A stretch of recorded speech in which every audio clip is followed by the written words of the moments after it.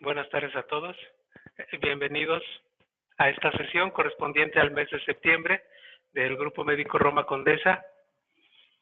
Esta sesión que vamos a tener el día de hoy, bueno, prácticamente aquí está mi compañero y amigo, el doctor Rubén Martínez, él es nuestro ponente del día de hoy, pero prácticamente tiene un año en que físicamente la estamos preparando. Y desde un punto de vista personal, ahorita que el doctor Alejandro Jiménez Illescas nos haga el favor de hacer una memorabilia acerca de la trayectoria de su papá, del doctor Aurelio, pues yo comentaré desde cuándo tengo en mi cabeza la posibilidad de hacer algo en relación a pues sí, de hacer algo en conjunto con el doctor Aurelio Jiménez Villa. Tiene años en que el doctor ha sido muy gentil conmigo respecto a las actividades académicas que se realizan aquí en el condominio. Alguna vez fui corriendo a su consultorio para pedirle el favor acerca de una asociación que se tenía antes de la pandemia y que UCB Pharma nos ayudaba a tener ayuda para rehabilitación para pacientes y familiares. Entonces eso se logró hacer aquí hace algunos años, gracias sobre todo al doctor Aurelio. Entonces la sesión tiene años preparándose, con mucho cariño, con mucho respeto al doctor. Entonces vamos a pedirle a su hijo que nos diga algunas anécdotas y un poquito acerca de la trayectoria de su papá, del doctor Aurelio. Doctor, con mucho cariño y con mucho respeto, ¿verdad? Por favor, Alejandro, si eres tan gentil.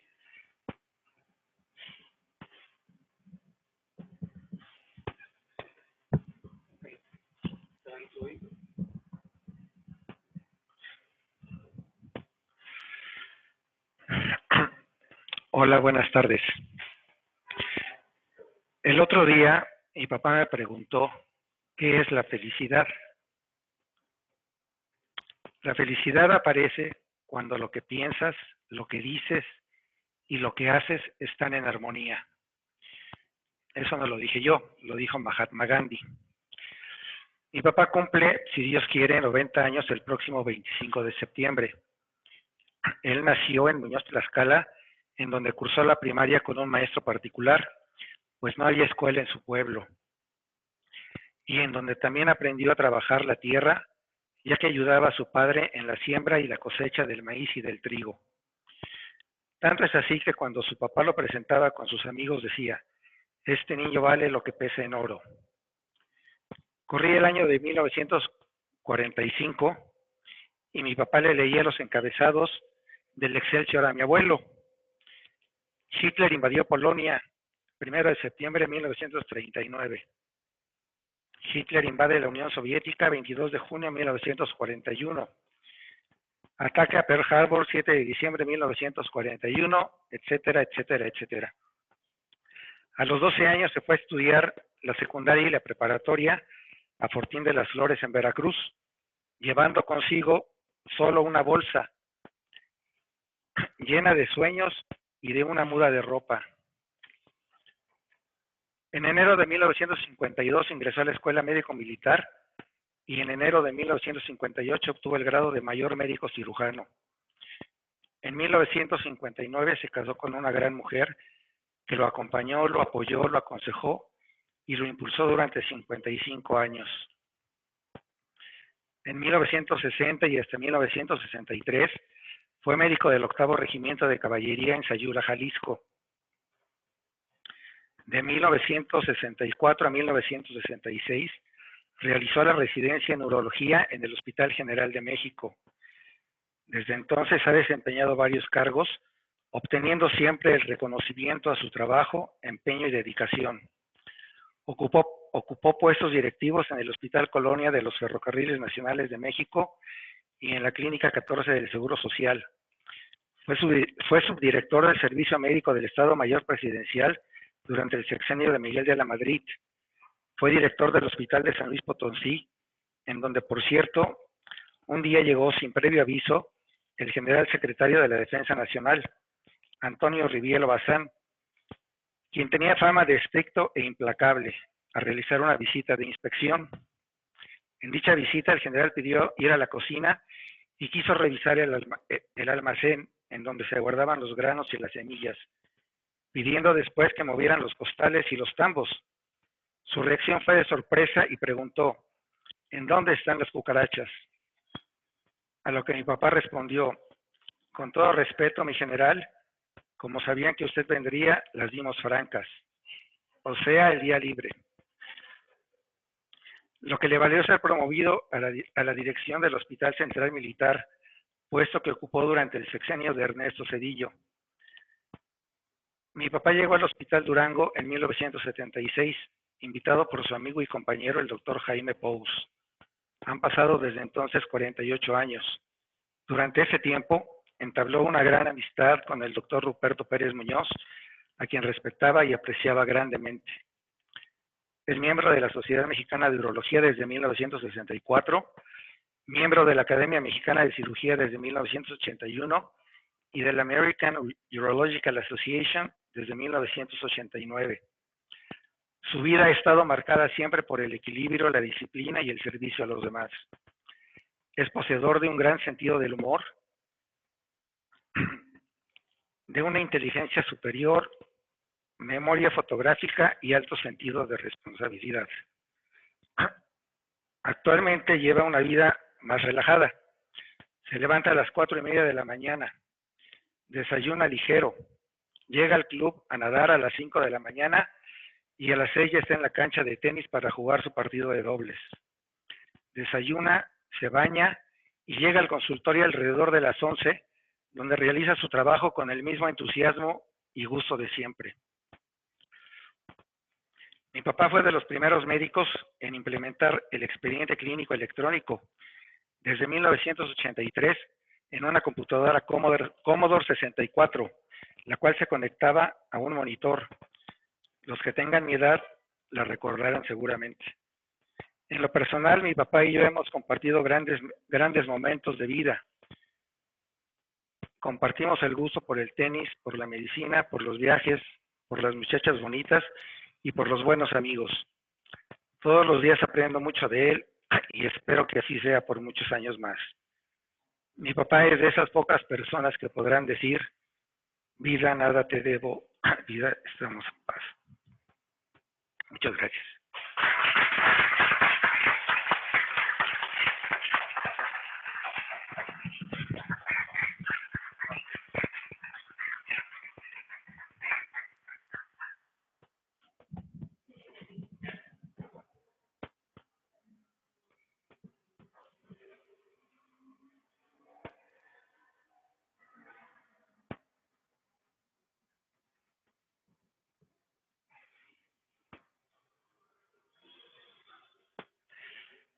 Bueno, vamos a continuar con el programa. Han sido unas palabras realmente muy emotivas. Seguramente no menos se merece el doctor. Continuando con nuestra programación, aparte de celebrar el 90 cumpleaños pronto, el 25 de septiembre, ¿verdad? También por ahí una compañera neuróloga, Ileana González, también cumpleaños igual que usted, el día 25. Muchas felicidades. Pero nosotros también en el mes de septiembre, el 21 de septiembre, por cierto, la fecha de la independencia de nuestro país, el 21 de septiembre cumple formalmente 8 años nuestra asociación. Entonces este mes pues, también es ese gran festejo. Y bueno, en agosto del 2017, debo de reconocer, y estoy muy contento, ahora sí que las vueltas que da la vida, pero yo fui invitado por parte de la mesa directiva en aquel entonces formada por el doctor Jaime Santos y el doctor Leopoldo Espinosa para dar la sesión inaugural de esta asociación médica. El título de la sesión fue La patología mental del médico. Y pues bueno, pues a la fecha jamás pensé que fuera premonitorio de lo que nos fuera a pasar en el 2020, ¿verdad? Que íbamos a ser severamente afectados. El doctor Leopoldo, que ahí está su foto, en alguna ocasión cuando todavía, y a la fecha, ¿no? Araceli y la señora Verónica pues todavía no me quieren, ¿verdad? Ni tienen por qué quererme, ¿verdad? Pero en ese entonces, en el 9º piso, aquí se llevaban a cabo por parte de la empresa farmacéutica UCB y pues de alguna forma me buscaron y dijeron, oiga, doctor, ¿qué le parece si hacemos un grupo de familiares y pacientes para dar un poco de terapia física y rehabilitación para pacientes con esta enfermedad, la enfermedad de Parkinson? Y pues yo me animé y dije que sí. Y empezamos a hacer aquí en el 9º piso esas reuniones todos los sábados, un sábado al mes. Y pues esas sesiones se llevaron durante algún tiempo con éxito acá en el 9º piso. Eso pues, estamos hablando del 2016, 2017, luego ocurrió lo que ocurrió con el sanatorio y nosotros, y entonces pues se acabó la sesión acá en el 9º piso. Entonces intenté hacerlo en el mezanín del 1er piso, donde ahora está la administración del condominio. Durante algún tiempo funcionó, pero luego ocurrieron algunas cosas y recuerdo que el doctor Santos pues, me cerró la puerta, lo digo con cariño. Y entonces, pues dije, ¿y ahora qué? ¿A dónde me voy con mis pacientes y los familiares, no? Entonces el doctor Leopoldo me dijo, no, ¿sabes qué? Apóyate con el doctor Aurelio para que el doctor Aurelio le jale las orejas al doctor Santos. Le digo de una forma ¿no? coloquial. Y entonces fui y le dije al doctor Aurelio y pues me apoyó, ¿no? Jamás se me va a olvidar que me apoyó para continuar con esto. Lamentablemente llegó la pandemia y pues esto se fue al traste, ¿no? Pero aquí en el 9º piso y en el mezanín del 1er piso durante un par de años se dieron estas sesiones mensuales con pacientes y familiares. Luego se dieron en línea, lo poquito que podíamos hacer en línea, pero pues esta parte de sentido social de la asociación pues está como pendiente, ¿no? De poder llevar o poder continuar con alguna disciplina por parte de nosotros. Finalmente, mi amigo que aquí presenta, el doctor Rubén Martínez, nuestro ponente estrella del día de hoy. Bueno, su asociación también tiene poquito tiempo. Ahorita espero presentar la asociación de forma correcta y brindándole los honores que también, al igual que el doctor Aurelio, el doctor Rubén también está haciendo historia. Le platicaba al doctor Rubén que en el 2018 él hacía un congreso en el ABC de Santa Fe acerca de la enfermedad de Parkinson. Y entonces en el 2018 llevábamos un año pues de esta catástrofe del 2017, ¿no? Del temblor. Entonces en el 2018, en agosto del 2018, estando en su congreso, pues que empieza la alerta sísmica y efectivamente hubo un sismo ligero. El personaje en la foto es Stanley Fan. Entonces, bueno, todos tenemos médicos que son como próceres de nuestras especialidades. Sería como el Williams de obstetricia, el Nelson de pediatría. Bueno, el doctor Stanley Fan, pues es para la neurología, pues uno de los próceres de la enfermedad de Parkinson y movimientos anormales. Entonces, sonó la alerta sísmica, pues todos salieron corriendo y eso, pero pues, se les olvidó al doctor. Y ahí se quedó. Entonces, bueno, pues ya me regresé por él y pues ya lo traje ahí. Y ya me preguntaba que qué pasaba y había escuchado la alerta y ya me preguntaba si era por un earthquake y pues ya le dije que sí, ¿no? Ya estábamos ahí, bueno, pues ya muy amablemente el doctor, pues ya también a ella se me quitaba el pánico un poco y pues le dije que si me permitía tomar una foto, lo cual el doctor pues sí, muy amablemente, así como se ve en la foto, bueno, pues me abrazó un poquito, ¿no? Lo cual pues me dio muchísimo gusto. Entonces, bueno, esta es una foto de aquellas sesiones. Arriba a la derecha está el logotipo que ahorita está en la oficina del 405 del Grupo Médico de Roma Condesa. La persona que está a su izquierda es una de las terapeutas que les daba a los familiares y a los pacientes un poquito de terapia física y rehabilitación a estos pacientes.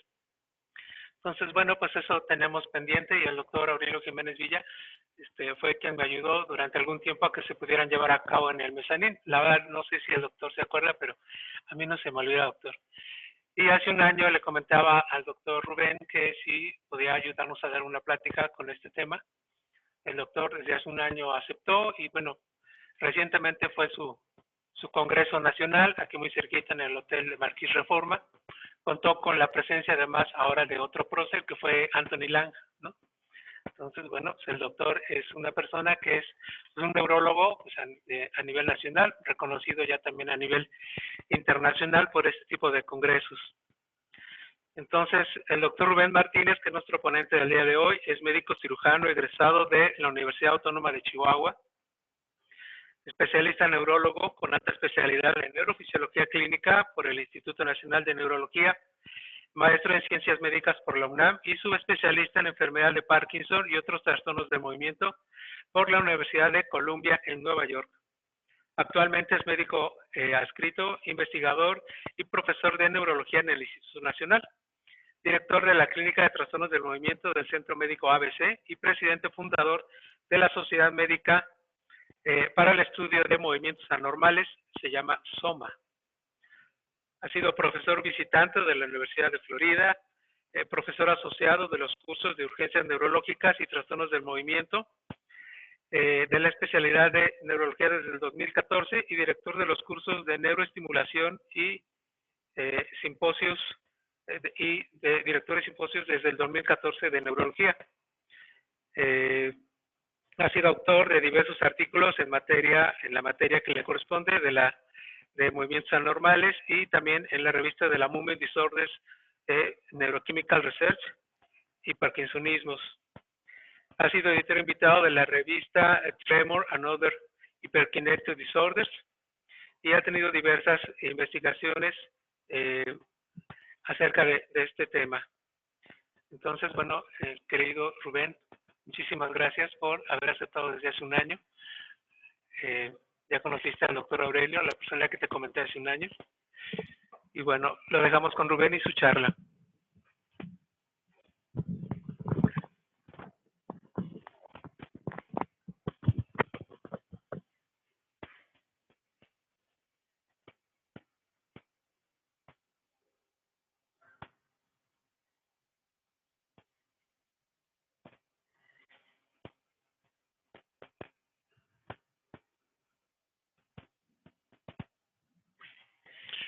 Muchas gracias.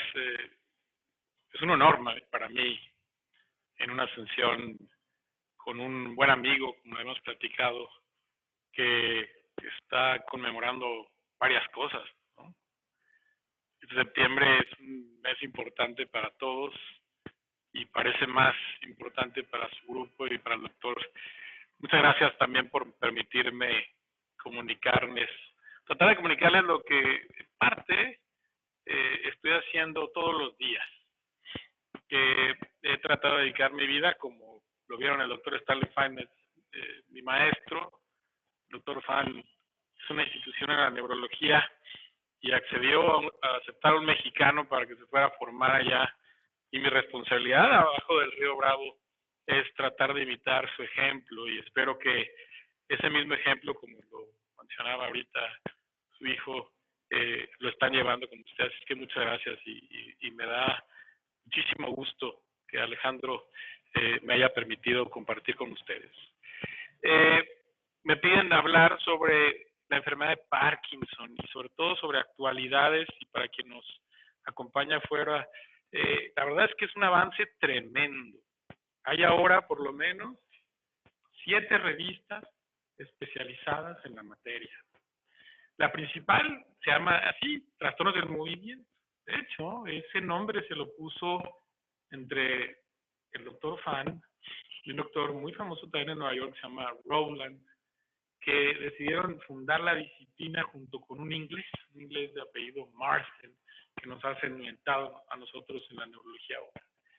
Y estos trastornos del movimiento no son otra cosa que condiciones, ahora sabemos, comunes, que afectan de forma muy importante la calidad de vida de millones. ¿Cuántos millones de personas? Probablemente más de 18 millones de personas ahorita están con ese diagnóstico. Ahorita vamos a tratar de ver los datos más actuales que hay, inclusive en nuestro país, en la materia, para alertarnos acerca de qué problemática estamos enfrentando ya y sobre todo la que viene en el futuro para la medicina y para la sociedad. Y ahorita para esta plática yo no tengo ningún conflicto de interés, aunque he recibido apoyos de la industria farmacéutica para otras razones. Los objetivos de esta charla aquí están plasmados: definir a la enfermedad de Parkinson, irnos a los aspectos epidemiológicos más nuevos, algo sobre el origen de la enfermedad que está sustentando el hecho de la emergencia de nuevos tratamientos que también vamos a tratar, ver si hay factores de riesgo que podemos controlar ahorita o en el futuro, sobre todo genética, ver cómo están migrando los conceptos clínicos de diagnóstico y, por último, de tratamiento, que es un mundo. Es una plática un poquito densa, pero espero amenizarla a través del paso de la misma. ¿Qué es la enfermedad de Parkinson? Primero que nada. Y esa pirámide me gusta porque el sustento ya cambió. La enfermedad de Parkinson es una condición no neurológica, es una condición sistémica que afecta principalmente como un síndrome neuropsiquiátrico las funciones motoras de forma progresiva.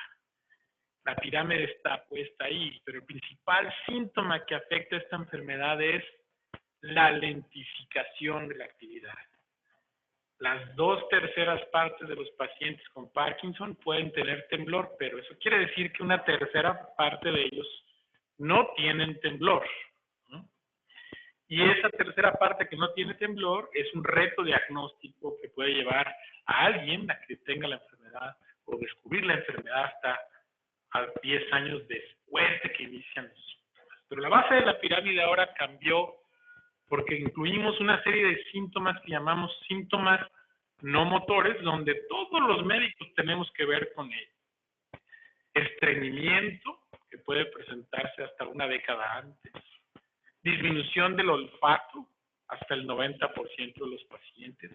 Alteraciones del sueño, que van desde insomnio y apnea del sueño, que es más común en Parkinson, pero sobre todo algo que afecta o condiciona a estas enfermedades que se llama trastorno conductual del sueño humor. No es raro, más del 50% de los pacientes lo describen al momento del diagnóstico motor. La presencia de estas actuaciones del sueño que afectan, inclusive producen caídas de la cama y hasta la pareja golpea. Y eso es muy cierto. Hay anécdotas de todo tipo ahí. A veces pueden soñar que están jugando fútbol y dan una patada. O están trabajando y literalmente están actuando desde el trabajo y a veces se despiertan. Todo el mundo en esta fase del sueño lo remito porque hay un trastorno donde se puede alguien despertar en esta fase que se llama el sueño mórbido, movimientos oculares rápidos, y dicen que se le subió el muerto. Quien se despierta en esa fase del sueño no se puede mover, está paralizado durante unos segundos y luego recupera la función. Eso es lo normal en esta etapa del sueño, pero en Parkinson la alteración es perder la falta de movilidad.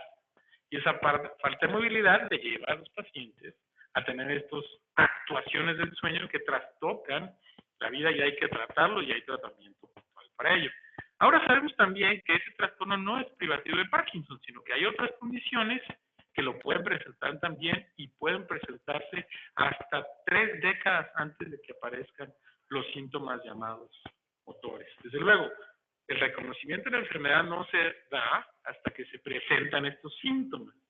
Lentitud, rigidez, a veces se expresan como un dolor en un hombro nada más, y no es poco frecuente que se operen de un hombro o de las cervicales, porque además es una persona mayor y a lo mejor tiene ahí por ahí un pellizcón, ¿no? de una raíz nerviosa y se operan y no se resuelve hasta que llegan a cuando hay temblor, que casi siempre es un temblor en reposo, no exclusivamente, el temblor suele ser de un solo lado, asimétrico, y luego después se vuelve bilateral. Estos síntomas suelen progresar y con el paso del tiempo, y sobre todo si no hay un tratamiento adecuado, esos síntomas se transforman en otros problemas de la postura, del equilibrio que condiciona caídas, los terribles congelamientos de la marcha, y esta fluctuación en la respuesta a los tratamientos o inclusive los movimientos involuntarios que nosotros conglomeramos como discineses, pero en realidad son muchos tipos y que es fácil reconocerlos en algunos personajes.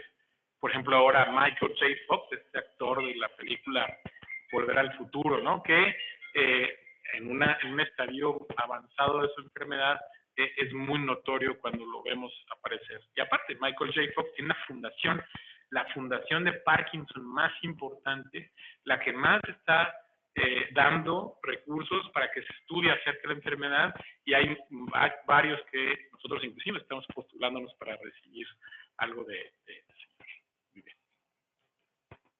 Entonces, la enfermedad de Parkinson dejó de ser una enfermedad, más bien es un síndrome, un conglomerado de condiciones que tienen por común estos síntomas difíciles de diagnosticar, dependiendo de la región del mundo que nos encontremos o en nuestro mismo país, dependiendo en dónde estemos en el país, se puede dilatar el diagnóstico hasta 10 años. 10 años es muchísimo. 10 años puede significar que alguien se quede en un sillón o en la cama sin poderse mover, sin no recibir un tratamiento. Ahora sí sabemos, recibir tratamiento temprano hace la diferencia.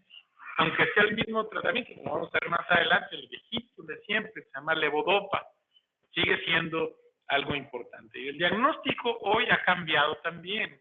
El diagnóstico ahora se sustenta en estos criterios clínicos, no los voy a revisar a profundidad, han ido desarrollándose, pero también la tecnología a través de, por ejemplo, estudios de imagen molecular, de genética y otros, ha afilado y hay grupos nuevos que inclusive están tratando de detectar a través de la sangre o la piel estas formas de proteína anormales de la enfermedad para ser mucho más eficaces en el diagnóstico temprano de la enfermedad. Yo creo que en un futuro no tan lejano vamos a tener un examen de sangre que logre con una buena precisión el diagnóstico de forma un poco más definitiva, que hasta ahorita sigue siendo este conglomerado clínico.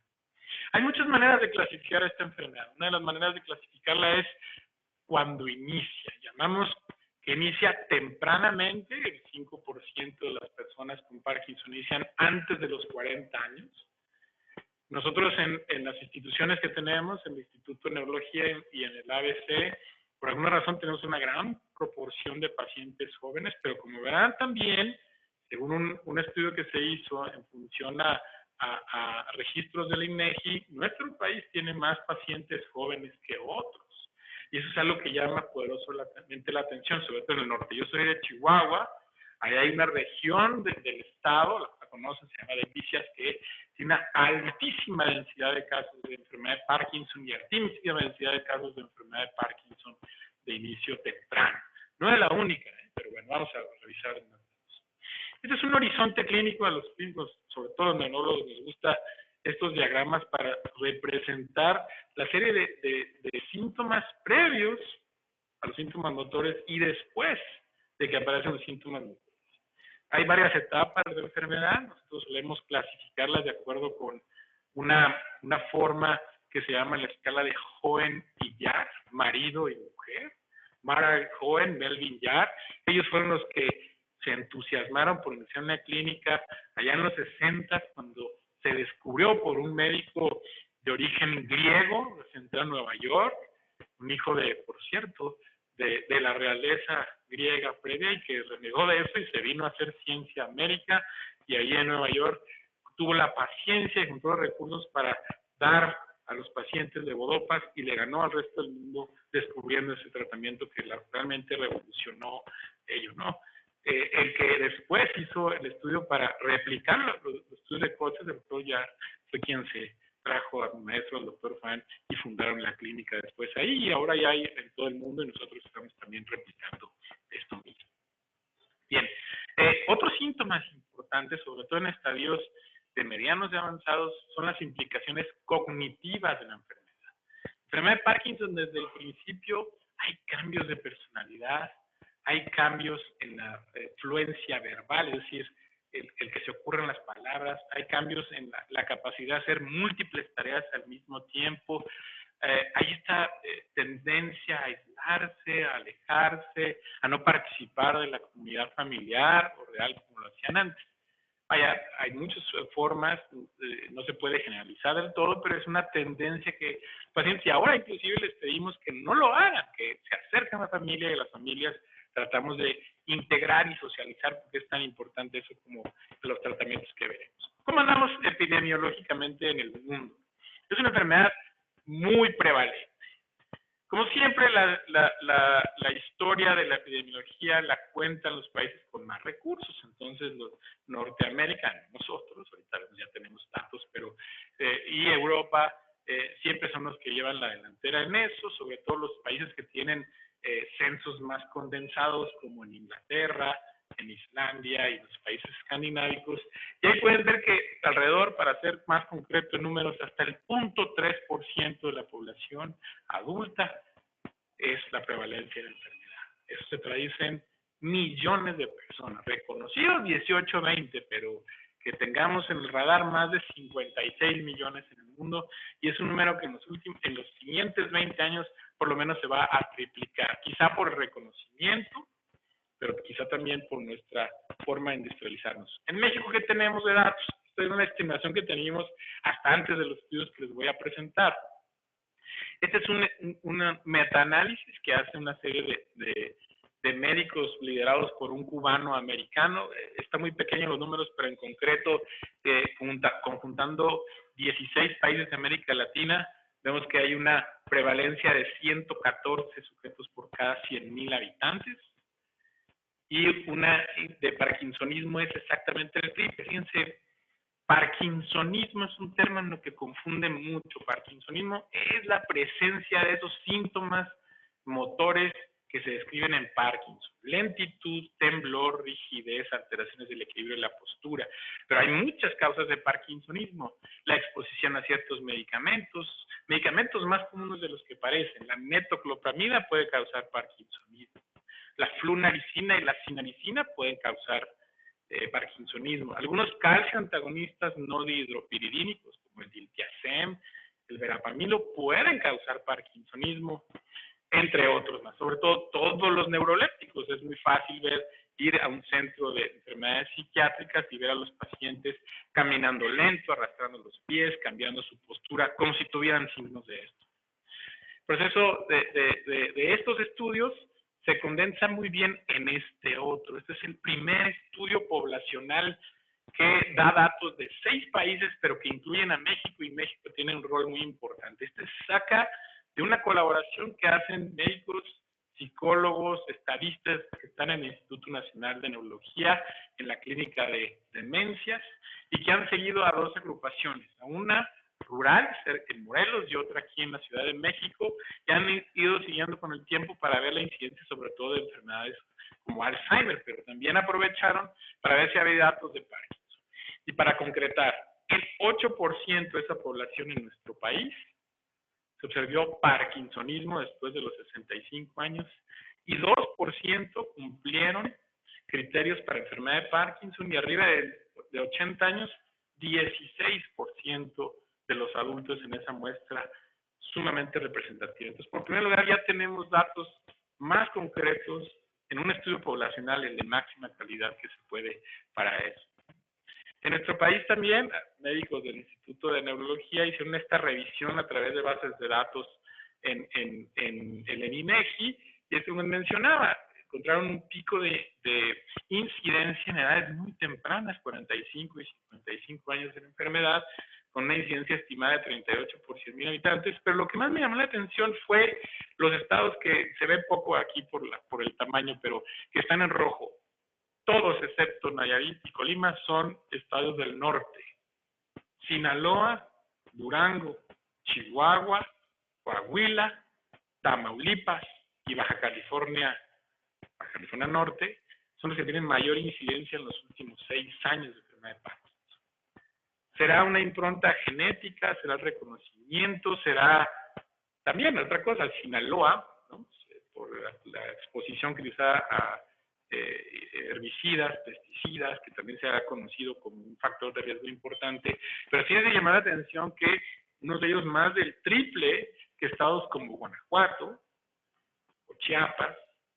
También pues, son zonas industriales donde probablemente tengan un poco más de reconocimiento o servicios médicos que los reconozcan. También puede ser un sesgo por lo mismo, ¿no? Es como Oaxaca, Guerrero, no lo tienen talando, pero quizás es porque su población no tiene un servicio médico. Aquí en la Ciudad de México estamos a la mitad, millas, ¿no? Y según el INEGI, estas son la cantidad de muertes que se han observado del 2020 para acá con el diagnóstico de enfermedad de Parkinson, aunque no necesariamente por enfermedad de Parkinson. Esa es una discusión que se me, bueno, doctor, yo me voy a morir de esta enfermedad. Bueno, se va a morir seguramente con la enfermedad. La mayoría de los pacientes con Parkinson fenecen por cuestiones cardiovasculares, ahorita vamos a ver datos interesantes con factores de riesgo, y neumonías, claro, ligadas a problemas de la evolución, que es una consecuencia de la enfermedad. Y esa es la tasa de mortalidad estudiada este mismo año por quinquenios aquí, y solamente es para dar datos de que tenemos ya algo presente en México. Muy bien. Voy a tratar de hablar de fisiopatología. ¿Cómo es que sucede la enfermedad de Parkinson? Bueno, quien se lleve esa respuesta es premio Nobel seguro, y todavía hay un solo premio Nobel que está ligado a la enfermedad de Parkinson, el doctor Arnold Carson, que fue el que descubrió justamente el rol de la dopamina y los receptores de la dopamina en el cerebro y exclusivamente en la enfermedad de Parkinson. Pero más allá de ahí, todavía no hay alguien más que lo haya ganado. Bueno, a través de modelos animales, sobre todo de ratas donde sí silenciaron ciertos genes, se ha descubierto que esta proteína, la alfa-sinucleína, una proteína ubicuo, está en todos lados de nuestro organismo, que su función se cree es participar del entramado en la formación de vesículas sinápticas, estas como mallas o burbujas que permiten la transmisión de precisamente de transmisores como la dopamina. Se encuentra o se va dañando con el tiempo y tiende a formar, después de ser como pequeñas hilachas, tiende a formar fibrillas, oligómeros, y estos agregados se comportan de forma tóxica. El por qué esta proteína adopta estas fibrilaciones, bueno, son muchas las teorías. Una es defectos genéticos de entrada, por ejemplo, su gen, si se afecta, si se dobla o si se da una alteración, puede promover la generación de estos agregados. Pero también la modificación después de traducirse, metilación, fosforilación, todas estas etapas bioquímicas también lo pueden generar, y la propia generación de radicales libres a las que ciertas neuronas están más sometidas que otras. De hecho, también la disfunción de las mitocondrias, las baterías, la fagocitosis o la autofagocitosis, una serie de cascadas que se pueden estimular, y la falla de transmisión, también son datos que no solamente son consecuencia de esos agregados, sino son los que promueven la misma. Y el problema que tenemos en Parkinson es que las neuronas que se encargan de la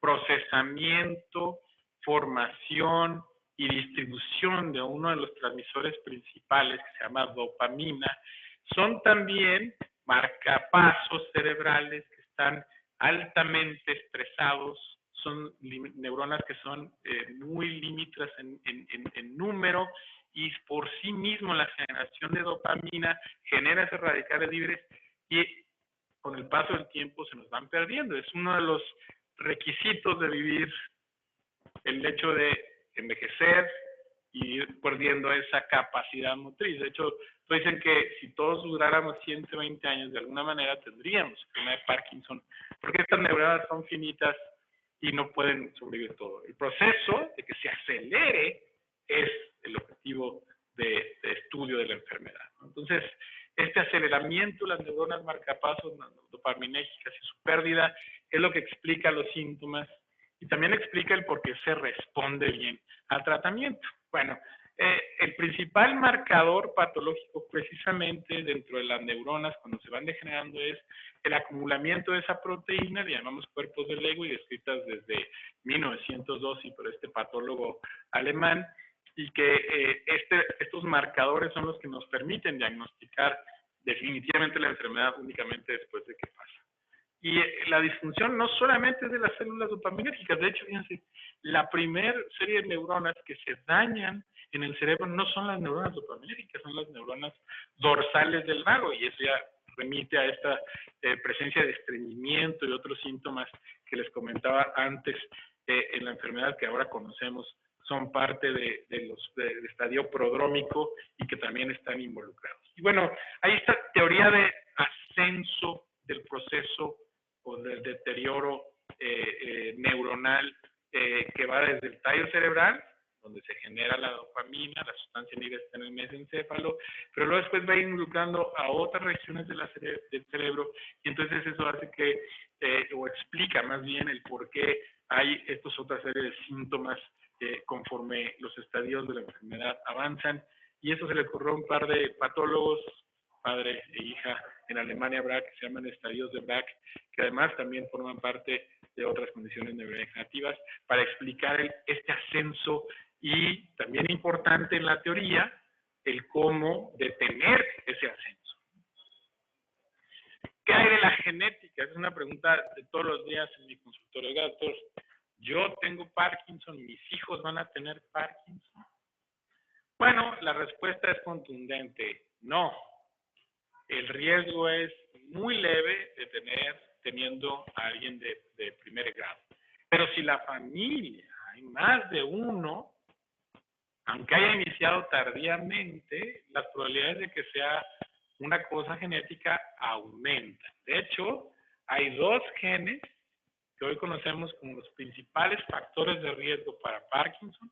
Este se llama LRRK2 y el otro es el GBA, que por cierto, en su forma homocigota producen otra enfermedad, la enfermedad de Gaucher. Una enfermedad de niños chiquitos que afecta al hígado, el desarrollo intelectual y da parkinsonismo. Pero bueno, los papás de esos niños, primero descrito en comunidad judía, pero ya sabemos que ya la etnia no importa, eso es transétnico. Son los principales factores de riesgo genético. Desde luego que hay otras variantes de los mismos y otros genes que se sabe también infieren un riesgo, aunque menor a esto. Alguien, por ejemplo, con una mutación en el LRK2 no está condicionado a tener Parkinson, pero tiene un riesgo una cuarta veces más que los demás. Y hay otra serie de cambios genéticos muy puntuales que causan enfermedad mono como tal.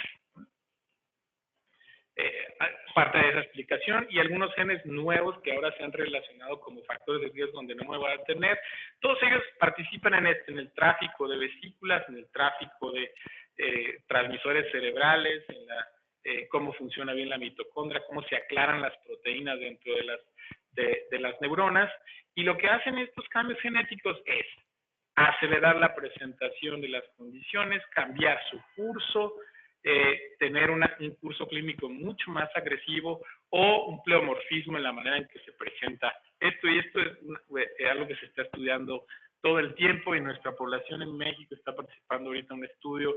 Nosotros vamos a participar en otro estudio para saber nuestra genética, nuestras diferencias a comparación del otro. Pero no está tan distante de lo que pasa en otros lados del mundo también. No sé si han escuchado, no solamente la enfermedad de Parkinson, pero también en otras enfermedades neurodegenerativas, esta teoría del eje intestino cerebral. Somos lo que comemos, es muy cierto, somos lo que comemos. Hay procesos de inflamación crónica, cambios en la microbiota, no sé si condicionados ya desde antes por la enfermedad o por nuestros propios forma de vida, que van generando una inflamación y que esa inflamación puede condicionar la aparición justamente de alfa-sinucleína en neuronas de nuestro propio tracto digestivo que luego ascienden a través del nervio, por ejemplo, el nervio vago. Que hay teorías de que lo que comemos, por ejemplo, llevar una dieta mediterránea en Grecia se demostró que disminuye el riesgo 2 veces de presentar enfermedad de Parkinson. Hay que pensarle si comer bien aceite de oliva, semillas y verde vale la pena, que yo creo que lo hace. No sabemos todavía si alguien con Parkinson le cambiamos la dieta, va a cambiar su curso, pero vale la pena intentarlo porque seguramente está promoviéndose algo más, ¿no? Fíjense, esto se les ocurrió primero a daneses y luego a suecos. Vamos a ver gente que le habían cortado el vago antes, le habían hecho una vagotomía para ver si ese riesgo era menor.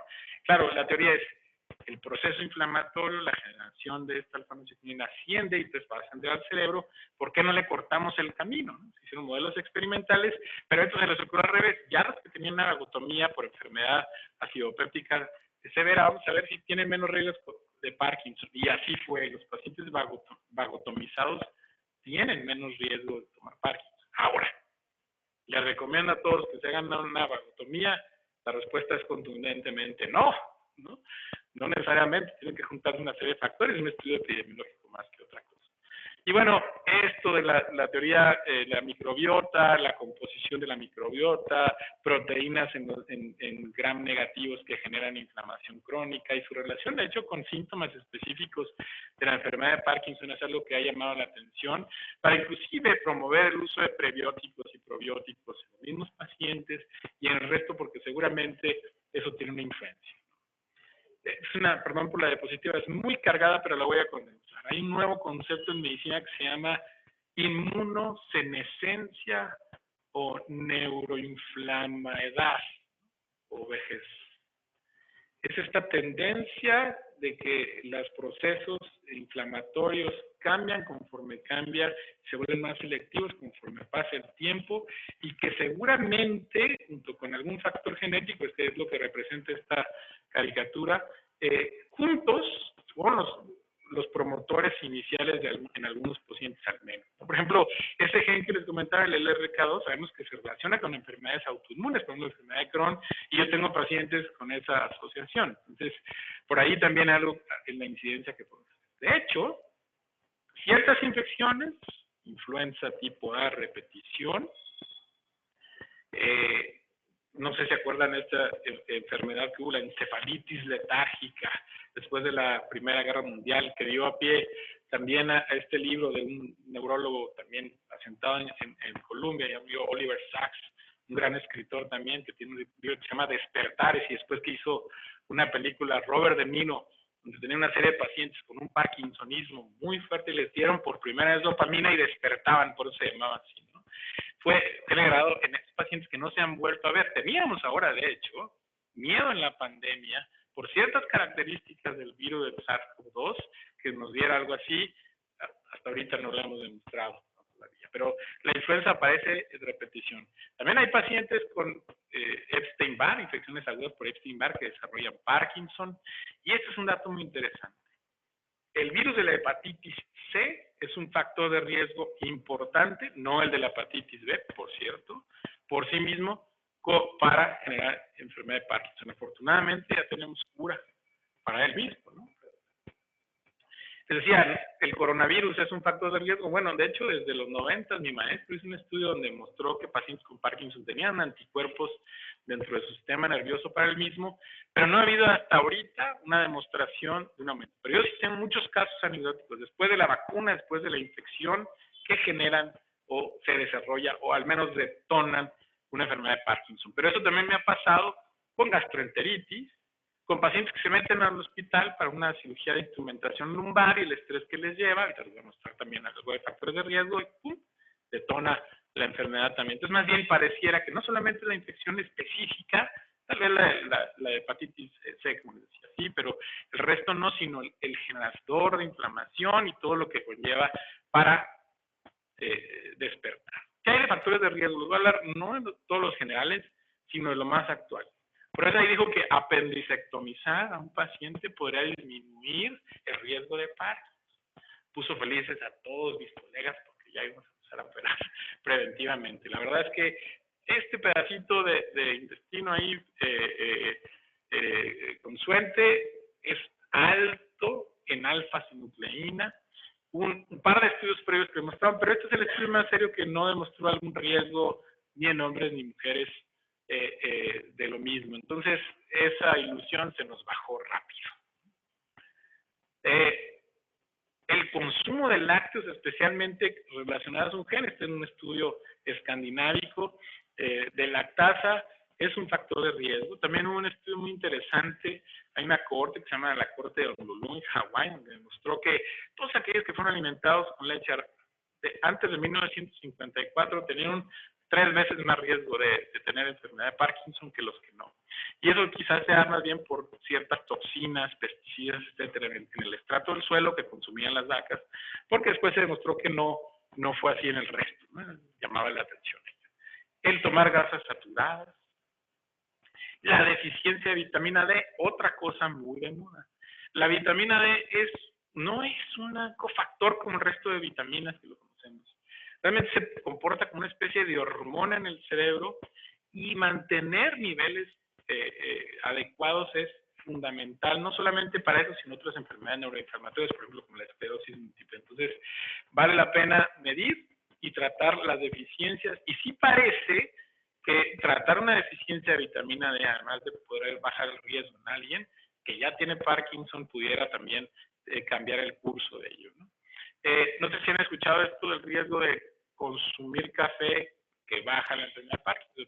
Pues consumir unas 7 tazas antes de los 20 años de café es un equivalente, y aparte la cafeína tiene por sí mismo un efecto sintomático con los síntomas, y eso es por tanto, pero siguen haciendo estudios acá. Es un estudio que encabezó un compañero mío que está en Guadalajara, pero mientras él estuvo en Argentina, vieron si el tomar hierba mate, que es un alcaloide con xantinas, etcétera, podía proteger a los argentinos, uruguayos o paraguayos, que son los que principalmente consumen, y aparentemente así fue. Entonces no sé si sea adecuado o no volvernos de mate también, ¿no? Alcohol, buenas noticias, no tiene ninguna incidencia en Parkinson, no hay ni antes ni durante, entonces, bueno, al menos ya hay un estudio que lo demuestra, ¿no? ¿Qué hay de vitaminas? Se ha escuchado mucho ahora sobre usar, a veces demasiado. Bueno, algunos estudios favorecen a la vitamina, sobre todo B6, como un factor que, si está en buenos, adecuados niveles, proteger contra la enfermedad. Este es otro estudio muy interesante acerca de un grupo de medicamentos que hemos utilizado por muchos años. Y está basado en este precioso estudio que hicieron en Noruega.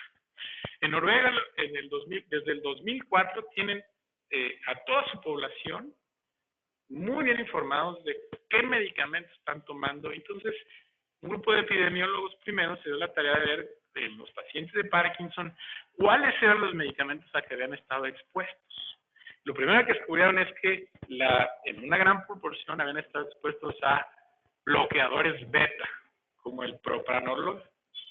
Para los que nos dedicamos a este infortunio, ese es el principal tratamiento de temblor esencial, otra enfermedad que vemos frecuentemente los que nos dedicamos a neurología y trastornos del movimiento. Entonces pensamos, bueno, ¿qué estamos haciendo? A lo mejor le estamos dando estos bloqueadores que son, por lo que se describió en estudios in vivo y in vitro, un promotor de la alfa-sinucleína, y de hecho se vio que los agonistas, como el clenbuterol, se usa para mejorar el rendimiento deportivo y entre otras cosas, lo antagonizaban, ¿no? Y el estudio es muy bonito porque incluye lo epidemiológico, se van in vivo a ver células, modelos animales, es un estudio muy completo y no por nada lo publicaron en Science hace unos 7 años.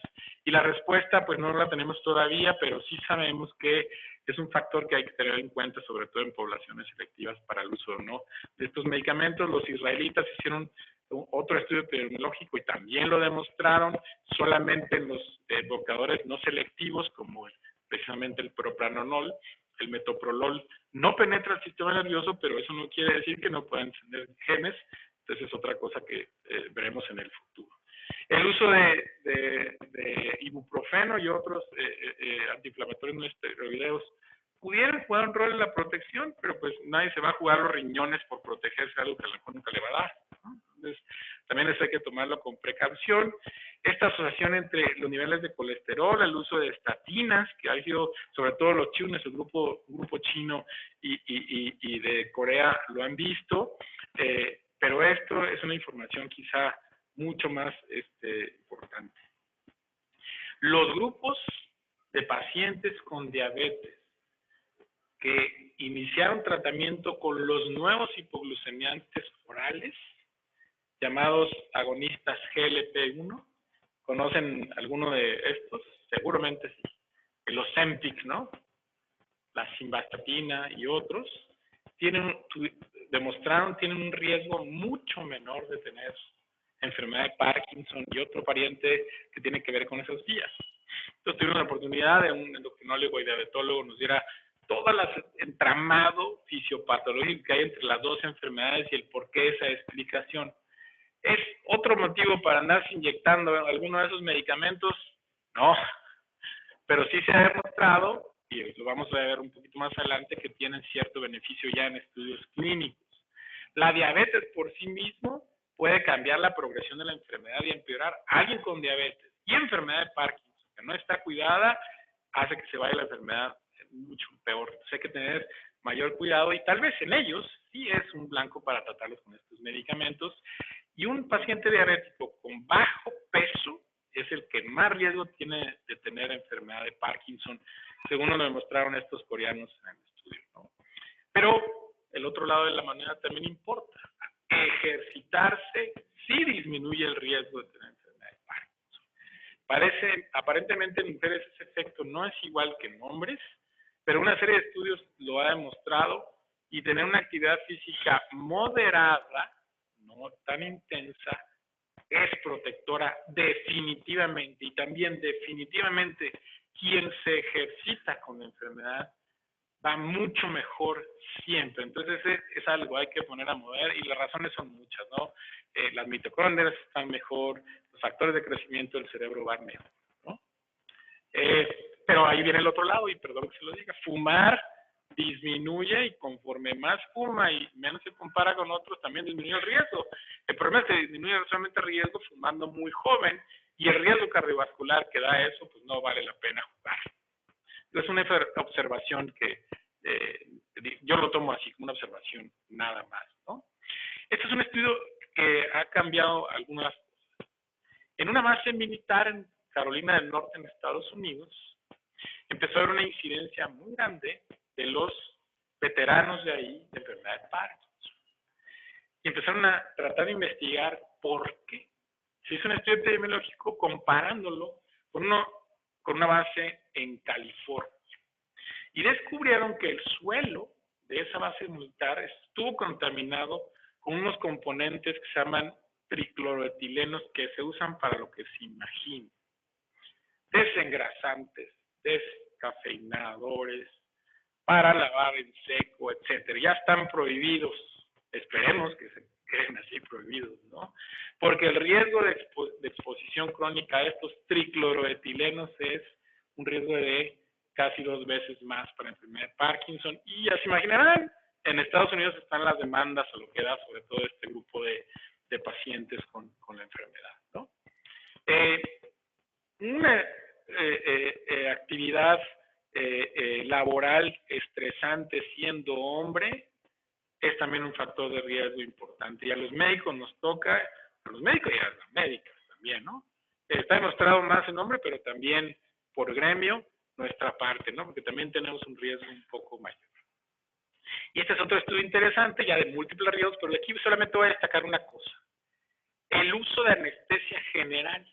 Pero ahí vuelvo a como les platicaba al principio de estos casos, donde después de un estrés quirúrgico los pacientes inician con los síntomas, o al menos se desvela la enfermedad. Yo creo que es un sesgo a eso. No estoy seguro que sea el anestésico general como tal. De hecho, principalmente es un estudio americano y de la Unión, del Reino Unido, perdón, que trató de mostrar varios factores, pero ese fue el que quise destacar acá.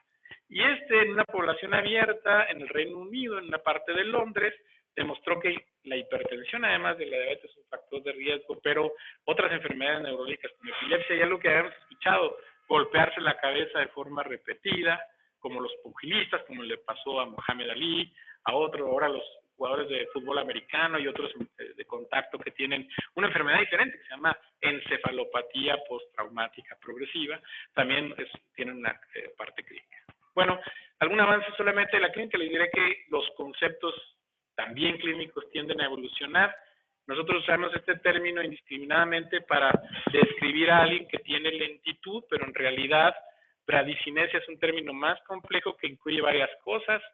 Bradicinesia es la disminución de la velocidad, pero hipocinesia es de la amplitud, las secuencias de movimientos que nosotros utilizamos. Por ejemplo, hay una maniobra que se llama de pinza, que lo hacemos en el consultorio para detectar este dato, esta forma secuenciada de dar, le llamamos ahora pruebas secuenciadas, también ayuda a discriminar de varias enfermedades o tipos parkinsónicos, y se introduce este otro concepto que se llama olicinesia, que es la disminución de los movimientos automáticos. Todo el mundo ha visto al presidente de Rusia, Vladimir Putin. Vean un video de Vladimir Putin caminando. Lo que tiene la L-norbutina es que no bracea de un lado. La disminución del braceo, ya sabemos, es un factor de riesgo o un aviso muy temprano de datos de parkinsonismo y probablemente enfermedad de Parkinson. Y a eso se refiere ese término de la incidencia, es un término que está evolucionando en los últimos tiempos. Sobre tratamiento, también para no anotarlos más, les voy a llevar a lo que sigue siendo, que es la levodopa. Por muchos años se pensó que nuevos medicamentos, los agonistas dopaminérgicos, pramipexol, rotigotina, ropinirole, eran medicamentos que ahorraban vida, ahorraban levodopa y tenían menos complicaciones posibles, por ejemplo, en estos estudios que muestro aquí. Pero eso con el paso del tiempo se fue viendo que no es así. Los agonistas dopaminérgicos, lo vuelvo y lo digo cada vez, sobre todo a mis residentes en el instituto, los agonistas dopaminérgicos son del diablo y si no saben bailar con el diablo, pues no se metan a bailar con el diablo.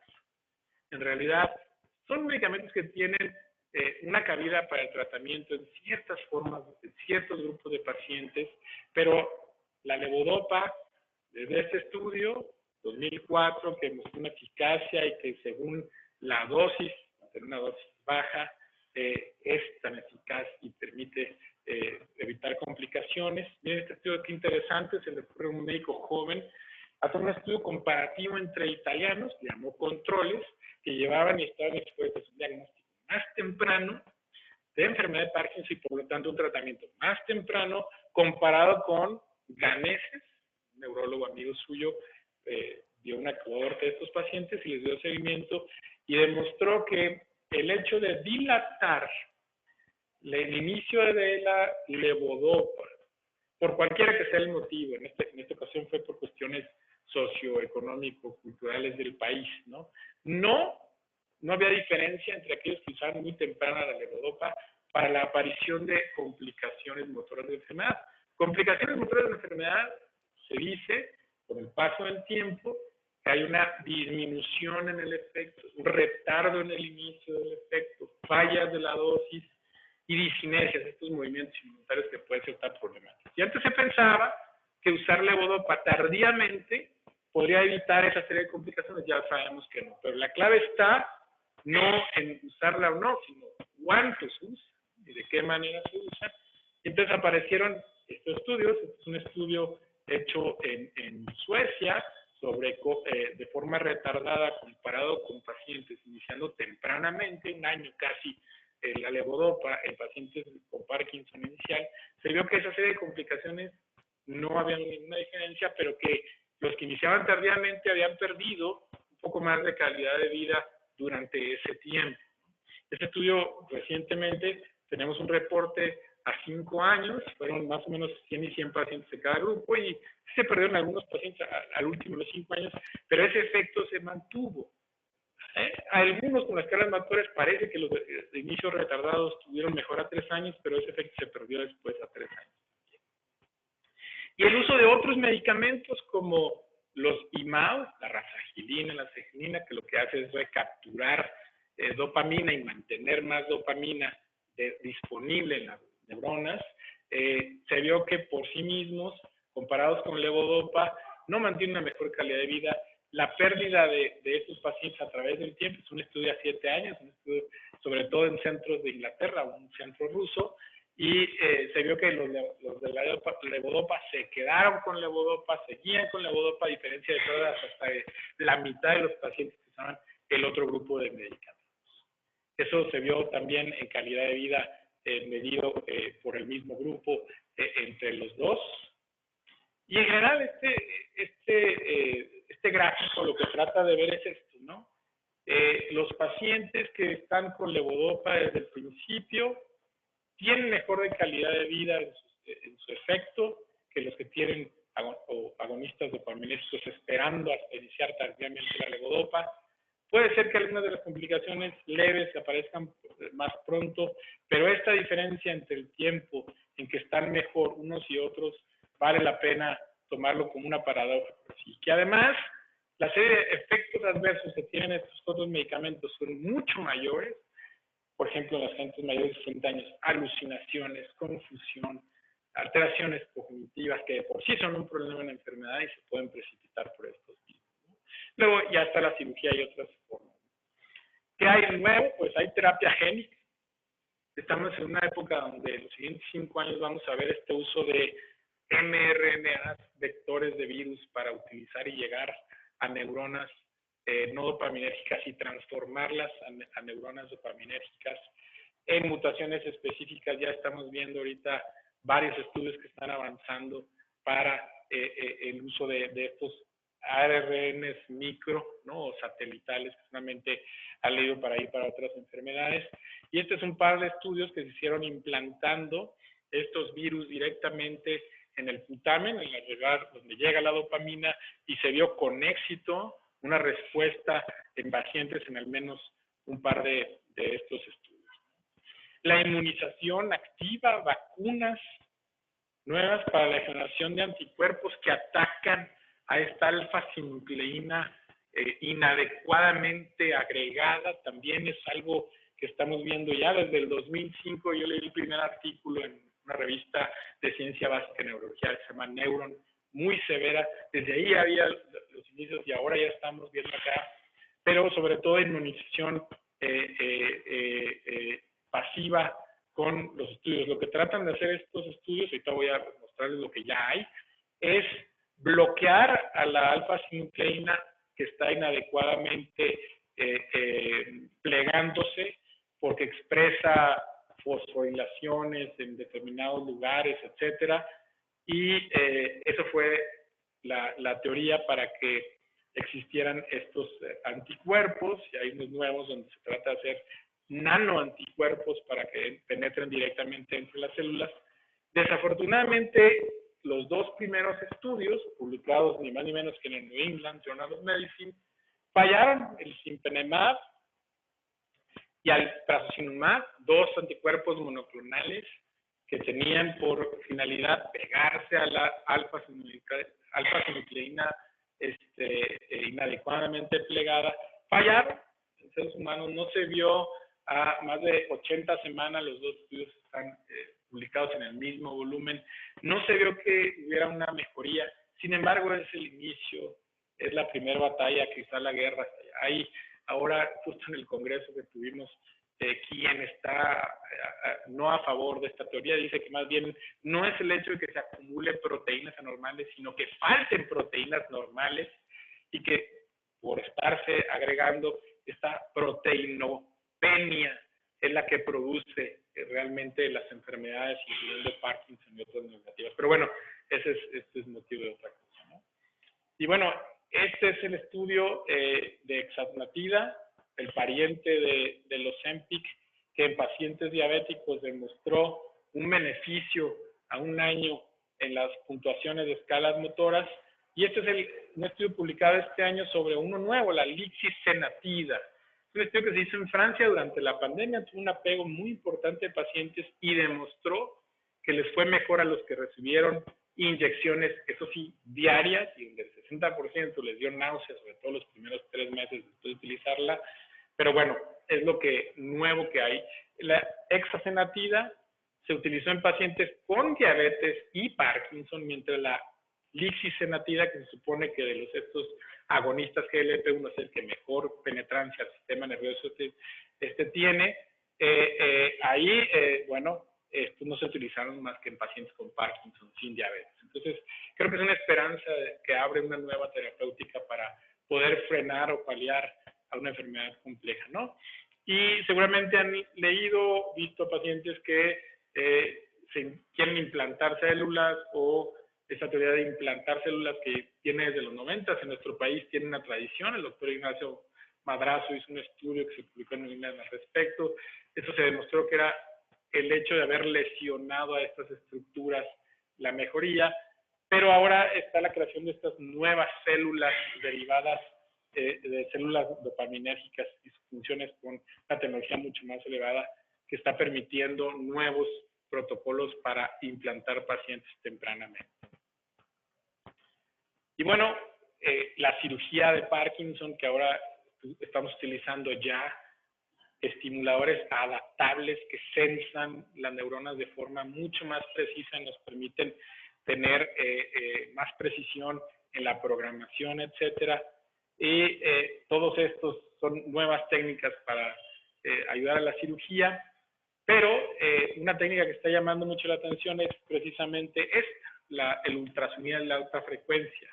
Hay una campaña muy agresiva de españoles para poder llevar a pacientes a tratarse con esto, que es crear lesiones por ultrasonido en estructuras cerebrales precisas, que pueden ser el núcleo subtalámico, un blanco que se utiliza frecuentemente en cirugía por estimulación cerebral profunda, la que regularmente usamos, el globo pálido interno, y otros como el tálamo, que es un tratamiento para temblor, donde empezó el primer estudio también publicado en el New England acerca de esta técnica, demostró una mejoría, sobre todo en pacientes con temblor, pero ahora ya también sabemos que pueden mejorar otros síntomas con esta técnica que está en evolución, aunque el principio es como empezó el tratamiento de Parkinson. La cirugía de Parkinson inició antes que la levodopa, inició desde los 30, un error, como pasa en la medicina.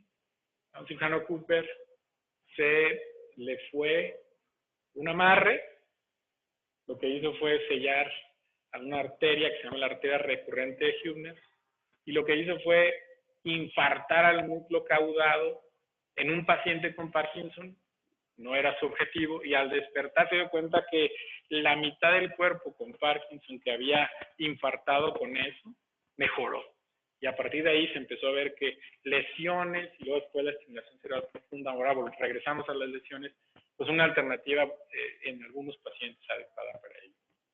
Y bueno, estos son solamente estudios en varios lados del mundo sobre el uso de este agente no invasor, pero sí lesionador, porque a veces se dice, bueno, es que no me van a operar, no, pero sí se lesiona, sí se produce un daño tisular, pues. Y bueno, es parte de lo mismo. Muy bien. Entonces, los mensajes que me gustaría llevar es, primero, esta es una enfermedad muy prevalente. En nuestro país, por lo menos, hay 400,000 personas con Parkinson, muchas de ellas no reconocidas, a veces acreditado a la edad. La fisiopatología es compleja, la genética cada vez juega un papel más importante. Seguramente nuestro microbiota y sistemas de inflamación participa también en ello y son factores que tenemos que controlar. El uso de algunos medicamentos, quizá influenciados por nosotros mismos, están jugando un papel, pero no tenemos todavía certeza de ello, y otros en el ambiente nuevos. Hay nuevos conceptos también en clínica, también la clínica avanza, afortunadamente. Para mí eso es fundamental, porque nuestro país tiene una base clínica y es lo que fundamento cuando enseño a los residentes. Y el tratamiento sigue siendo la levodopa. Cada vez tenemos, nosotros no nos mostré acá, pero hay formas nuevas de levodopa, parches de levodopa, bombas de infusión de levodopa que quizá vayan a cambiar el curso en aquellos pacientes que no quieren o que no son candidatos para una cirugía, como los que vimos, como el ultrasonido. El uso de estos nuevos medicamentos para la diabetes estamos viendo que pueden revolucionar también no solamente la diabetes, sino también a enfermedades neurodegenerativas como estos, y el uso de monoclonales y la inmunoterapia, que ya está aquí y ya se está empezando a demostrar. Muchas gracias.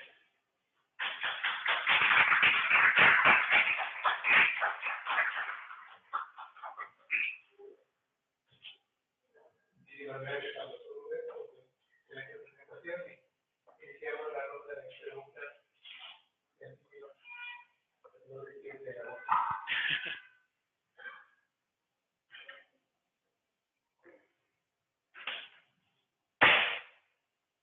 Doctor, bueno, antes que todo, agradecerles los esfuerzos de mi actividad en la vida, gracias a mi hijo, gracias a ustedes por escuchar. Y esta ha sido una doble impresión para mí. Primero, el reconocimiento, y segundo, la presentación del tema que es muy interesante de la enfermedad de Parkinson, porque mi esposa sufrió la enfermedad de Parkinson. Ella falleció hace 12 años y empezó más o menos en el año 2012, que lo tenía visto. Empezó con rigidez ahí en la pirámide que presentó el doctor Robert. Está muy clarito que muchas de siempre empieza con rigidez, y ahí no tienen los movimientos, pero para hacer el diagnóstico pasa un buen rato. Y los pacientes, tengo entendido que el hacer diagnóstico temprano pudiera ofrecer una mejoría en la evolución de esta enfermedad. Sin embargo, yo pienso, como los médicos antiguos, que el Parkinson es una enfermedad que todavía no estaba en la etiología con precisión, que todavía no hay una forma de hacer prevención y que todavía no hay una forma de hacer tratamiento ni médico ni quirúrgico. Pero gracias a las investigaciones y a los estudios que presentó el doctor Martínez, vamos viendo que mientras más sabemos, más ignoramos acerca de esta enfermedad. Todo lo que presentó y todo lo que dijo nos confunde más y nos envuelve más. Por ejemplo, las técnicas de ultrasonido, de enfocado, de ultrasonido, y los de las anticuerpos monoclonales, son técnicas protegidas y que están todas en fase de experimentación.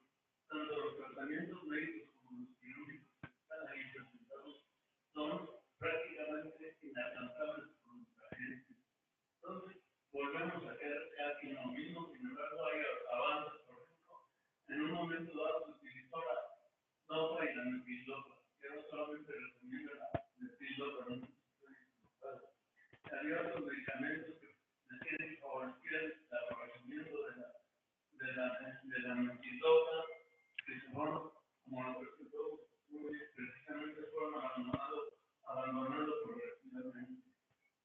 Actualmente, y con la presentación aprendemos que ya se sabe mucho más, que hay factores predisponentes y que en cierta forma podemos ayudar a estos pacientes. Sin embargo, es mucho lo que se podrá descubrir en un momento dado. Por ejemplo, a mi esposa la operaron y le hicieron una implantación de estimuladores cerebrales profundos. Y yo creo que esos estimuladores a base de marcapaso están haciendo un estímulo continuo de electricidad en el cerebro, y esto destruye tanto las fibras de comunicación entre las células como a las células mismas, porque van haciendo un deterioro cognitivo de la personalidad y de la mente de la gente. Sin embargo, me da mucho gusto ver que la investigación y los estudios sobre este conocimiento cada día son más y que pues, se sabe cada vez menos, pero también todavía falta mucho estudio por andar. Muchas gracias.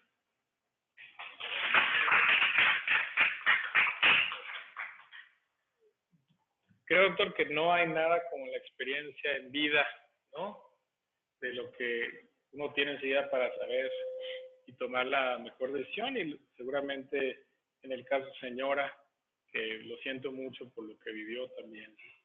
Pero tenemos la responsabilidad de mover, y tiene usted toda la razón en decir que estas terapias son privativas para nuestra población. No estamos ahí todavía, y la medicina desafortunadamente se ha encarecido y se encarecerá más.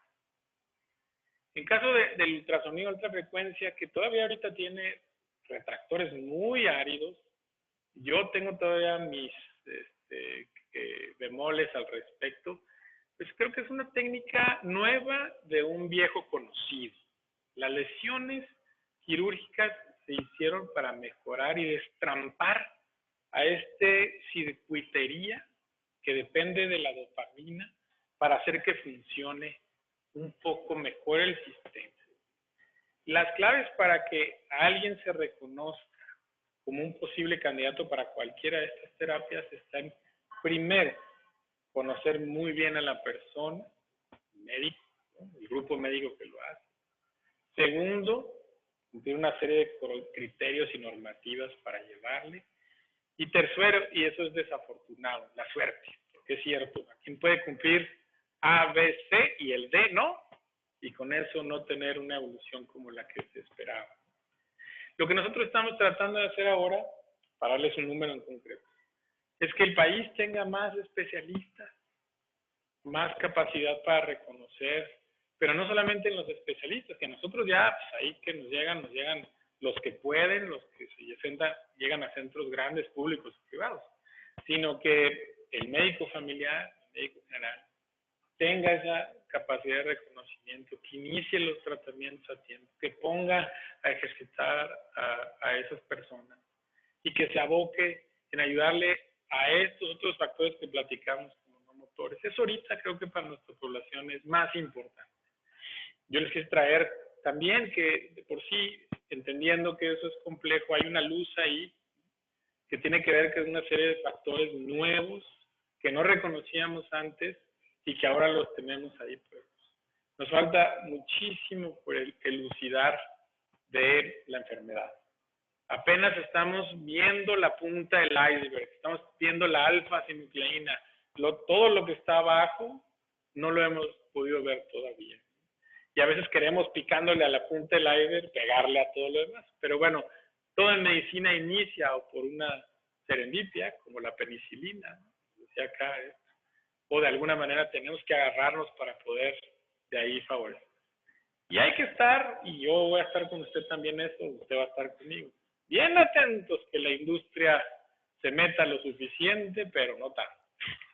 Que sea la ciencia la que va a hacer. Desafortunadamente, en la terapéutica, a veces la industria le gana a la ciencia. Y eso hay que también tenerlo siempre con espíritu crítico. Por eso le agradezco los comentarios. Muchas gracias. Fíjate que dentro de los estudios que han hecho, ha habido alguna relación entre la fisiopatología del Parkinson y las otras enfermedades de la obesidad, Alzheimer, Parkinson o el mismo Alzheimer. Y si hay alguna componente de intoxicación por metales. Dos preguntas exactamente. La disciplina que nos dedicamos, vemos principalmente a pacientes con Parkinson, pero no exclusivamente. Le llamamos trastornos del movimiento o movimientos anormales. A mí me gusta más trastornos del movimiento. Es una serie de condiciones que llevan o a una movilidad menor, a eso que llamamos bradicinesia, parkinsonismo, o una movilidad de más, los trastornos hipercinéticos como la corea de Sydenham, Huntington, distonías, temblores y otros. Es una disciplina que abarca todas estas alteraciones y que la vemos diferenciada, pero todos se resumen, o la mayoría se resumen, en esta alteración por diferentes fenómenos genéticos, metabólicos o degenerativos, a la afectación de los circuitos del movimiento que llamamos los núcleos de la base o núcleos de la base. Los relevos es un circuito electroquímico muy complejo y en paralelos que tratamos de manipular con la estimulación cerebral profunda, por ejemplo, en algunos casos. Cuando tenemos suerte, mejoran y activan, y que los medicamentos que utilizamos van en función a tratar de mejorar la organización de los mismos. El incidir en reconectar esas estructuras, además el cerebro, como saben, no se regenera y es muy difícil de llevar a buen puerto, pero tiene que ver con esa estructura. Sobre metales pesados, sí, absolutamente. Hay estudios muy puntuales sobre metales como el cadmio, el selenio, el cromo, en diferentes partes, ¿no? Que han estado asociados como factores de riesgo también. Hay una enfermedad que se parece mucho a Parkinson y se confunde mucho y a veces pueden pasar 3, 5 años y no diferenciar. Se llama parálisis supranuclear progresiva. Una de las características que vemos es que además de estos síntomas de Parkinson, los movimientos de los ojos se afectan y tienen caídas y problemas de la postura muy tempranamente. Bueno, lo traigo a colación porque es la segunda enfermedad con parkinsonismo epidemiológicamente de importancia, y hay un lugar en Francia, cerca de Estrasburgo, esta región que se pelearon entre ellos y los alemanes un buen rato y que la traen ahorita ellos, no sé en el futuro. Ahí hay unos talleres de pinturas de pieles y se incrementó muchísimo. Bueno, se sabe que a partir de que eso ha pasado, se incrementó muchísimo la incidencia de esta enfermedad en concreto. Y una de las cosas que se encontró es que los tintes, al menos los que utilizan antes, tenían estos dos componentes. cromo y cadmio. Entonces, para lavar las pieles se necesitan muchas cosas. Habrá que hacer algún país, aquí en el país, algún estudio epidemiológico en ciertas regiones que se dedican a eso, León, Guanajuato, etcétera. No he visto, tengo un compañero que está allá y a lo mejor va a estar interesado en hacer algo por ahí. Ahí va otro. Hay una isla aquí en América, la isla de Guadalupe. Luego jugamos fútbol contra ellos y antes les ganaban 10-0 y ahora ni a eso les ganan. La isla de Guadalupe es reconocida también en neurología porque hay una enfermedad que se llama enfermedad de parkinsonismo de Guadalupe. Y se había implantado aquí, pero resulta que hay unos frutos ahí que se llaman anoninas, tóxicos que pueden predisponer justamente a la patología que causa una enfermedad como esta. Entonces hay ejemplos epidemiológicos muy concretos. Yo hice una revisión ahora que tuvimos la oportunidad en el Congreso de ver cómo anda nuestra epidemiología en Parkinson y en otras. Aquí en México tenemos una altísima prevalencia de enfermedad de Huntington. Probablemente le andamos pisando más que los talones a Venezuela. Lo traigo esto porque ahorita en Maracaibo, yo estaba viendo un reportaje que en Maracaibo se salió la mitad de la población de los últimos 5 años. En Maracaibo es donde se descubrió el gen de la enfermedad de Huntington. Y nosotros parece que ya tenemos mayor incidencia que ellos. Hay muchas cosas que tenemos que hacer. De hecho, la sociedad que formamos varios de nosotros y nuestras instituciones también, de eso se trata. Doctor, realizado por su excelente práctica que nos llevamos a hacer el diagnóstico de Parkinson de forma temprana, aunque no sea todas las manifestaciones de los movimientos, y preguntarle el papel del PET y de la biopsia para el diagnóstico, y que cuando tengamos una, pues canalizamos con el neurólogo, porque ya vimos que el tratamiento temprano y medidas generales de terapia temprana es mejor retorno. Muchas gracias por la pregunta. Los estudios de imagen molecular están evolucionando también muchísimo.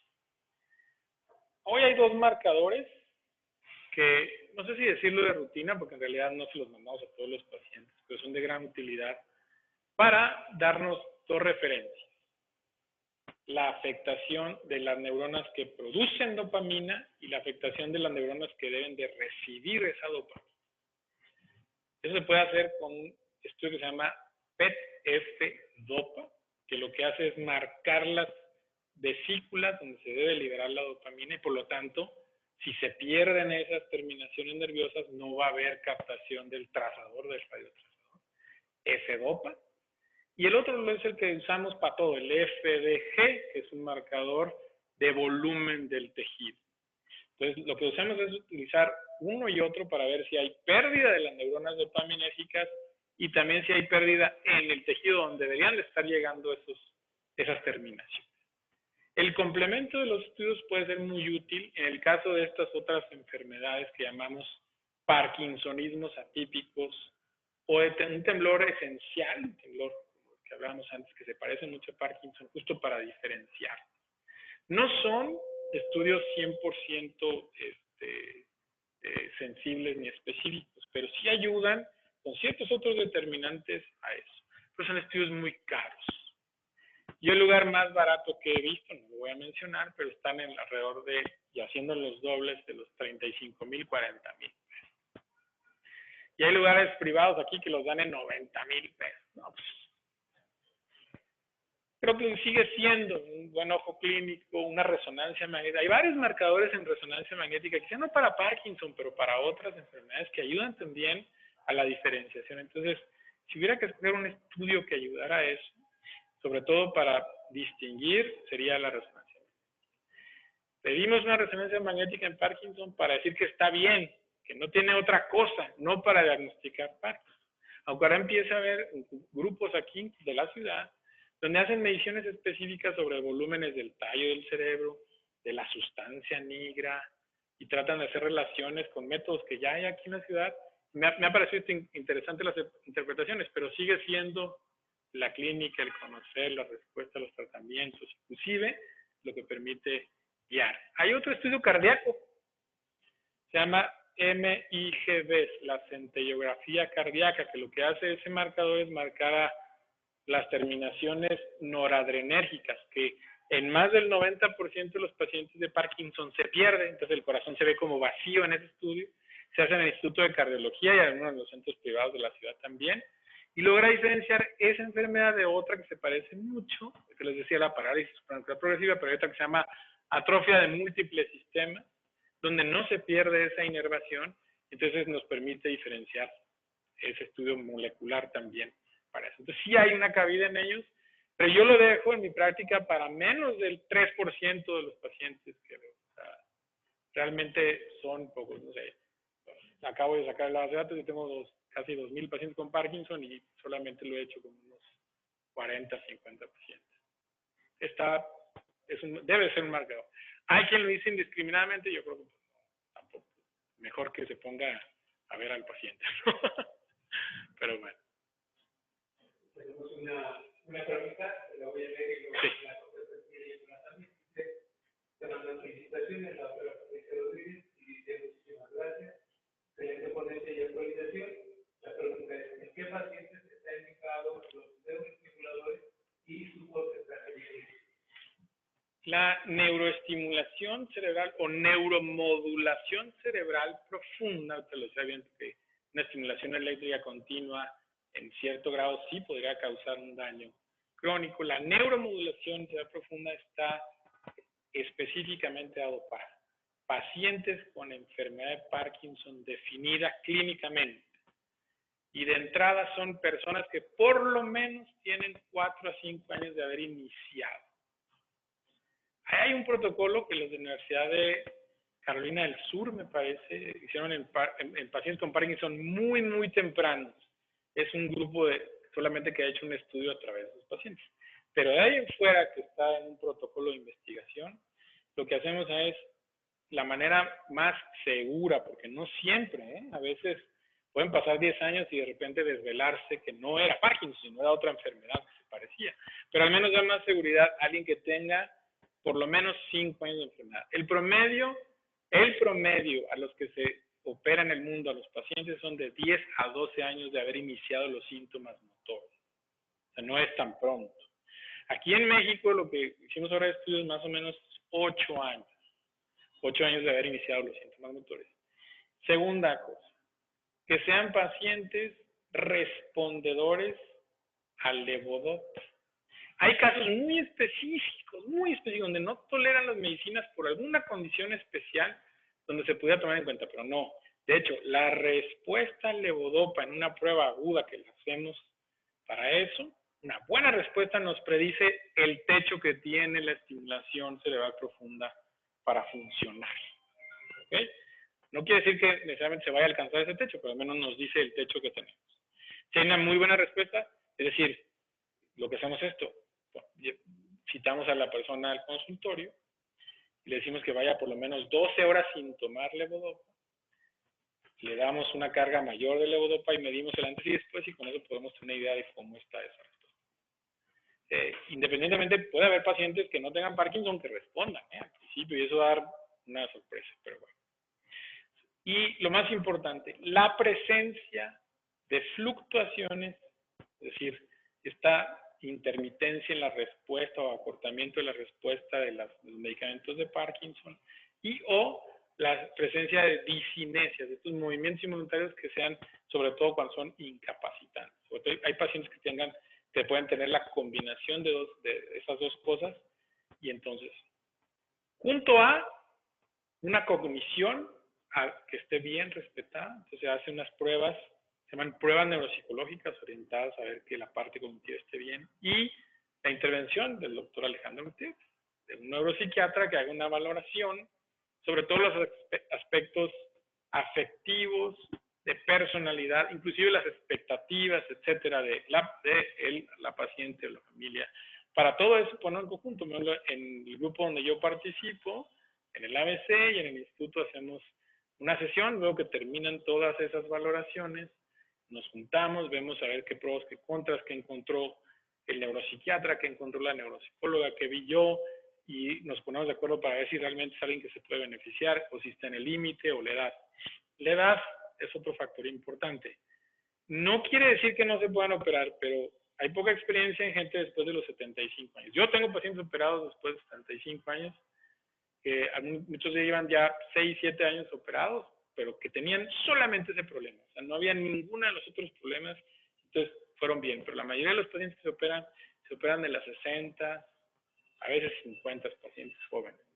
No es una condición que no se puede operar grande, pero se prefiere por toda la comorbilidad que tiene, también la edad como un factor. Espero que le haya podido responder. Solamente decirle a la persona que hizo la pregunta que lamentablemente el éxito, bueno, a pesar de que el paciente reúna todas estas condiciones, esto no siempre garantiza el éxito. Exacto. Que sea por parte del paciente y no, incluso por parte de los operadores, el médico neurólogo y el médico cirujano, ¿no? Entonces, venir el éxito, pues, no sé exactamente cómo se deba a medir. Sí, el éxito se mide en cuestiones de calidad de vida, ¿no? Lo que logró determinadamente disminuir de medicación que tenía, el hecho de recuperar esta tendencia a estar on, le llamamos cuando tiene efecto de la medicina, de caer a off, y entonces este efecto de ir y venir de ese estado y poder aplanarlo y que esté mejor, eso es, lo definimos como tal. Claro, hay escalas de calidad de vida, hay escalas, lo que utilizamos diario para ver cómo está y eso. Y es cierto, hay casos donde a pesar de cumplirse todos los criterios, realizarse todo el protocolo y ver, caen desafortunadamente en ello. Yo, en mi experiencia en los otros grupos, es que probablemente ese comportamiento que llevaba el paciente de Parkinson hasta ese momento, y le llamamos enfermedad de Parkinson, quizás no lo era. Quizá era otra de las enfermedades degenerativas, y al operarse, ¡pum!, se desvela. Y eso ha pasado en algunos pacientes así, ya se han hecho estudios que se llaman estudios de post-mortem para ver qué enfermedad realmente era, estudiar ese cerebro, en quien lo ha permitido en los centros que lo hacen, y eso es lo que se ha visto.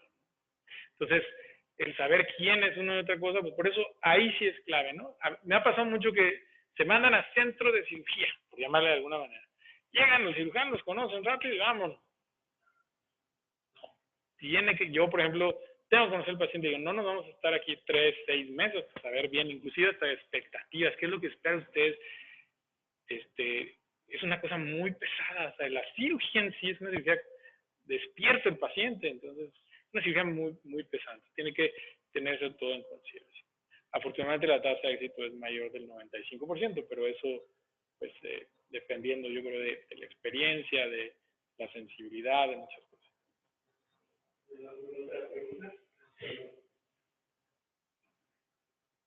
Muchas gracias por la presentación.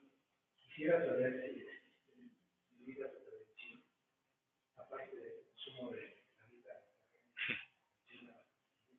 El ejercicio, definitivamente. El mantenerse intelectualmente enganchado en actividades y en tener una vida social. Pero aquí viene lo difícil del asunto. ¿Qué es primero?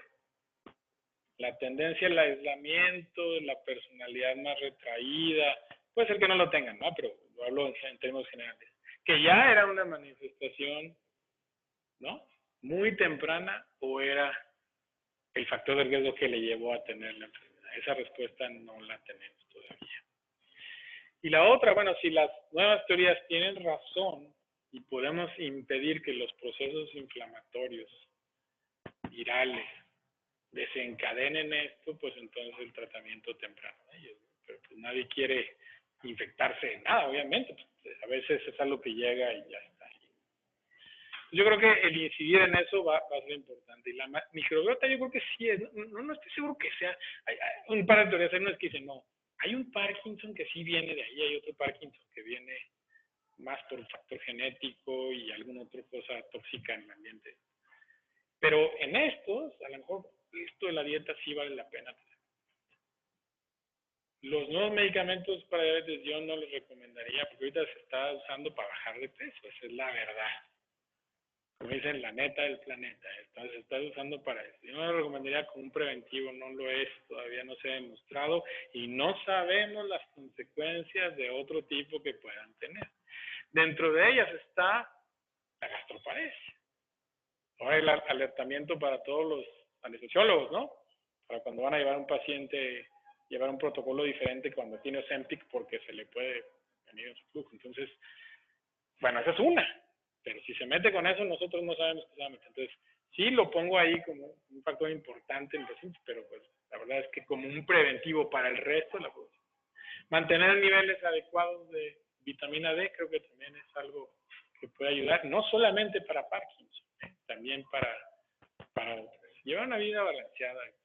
Y si nos da, habrá uno que a pesar de lo que hagamos, a pesar de ser los mejores portados, a pesar de no tener la genética, a pesar de los pesares, pues entonces tratarse a tiempo, ejercitarse si no haya pasado, tener en cuenta que la dieta y el apego a los tratamientos es muy importante. Y vaya, los médicos ya no nos convertimos en esa de autoridad de, bueno, usted se toma esto y se acabó.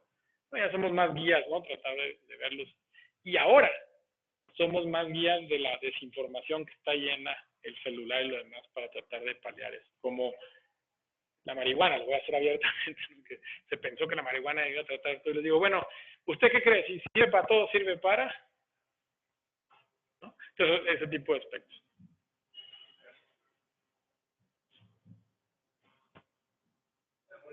Si no hay otra pregunta, le damos las gracias al doctor Ruiz con nuestra asociación y le damos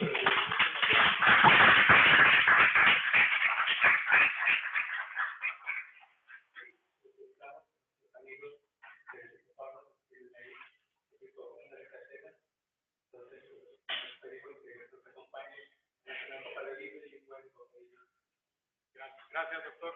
Gracias y felicidades.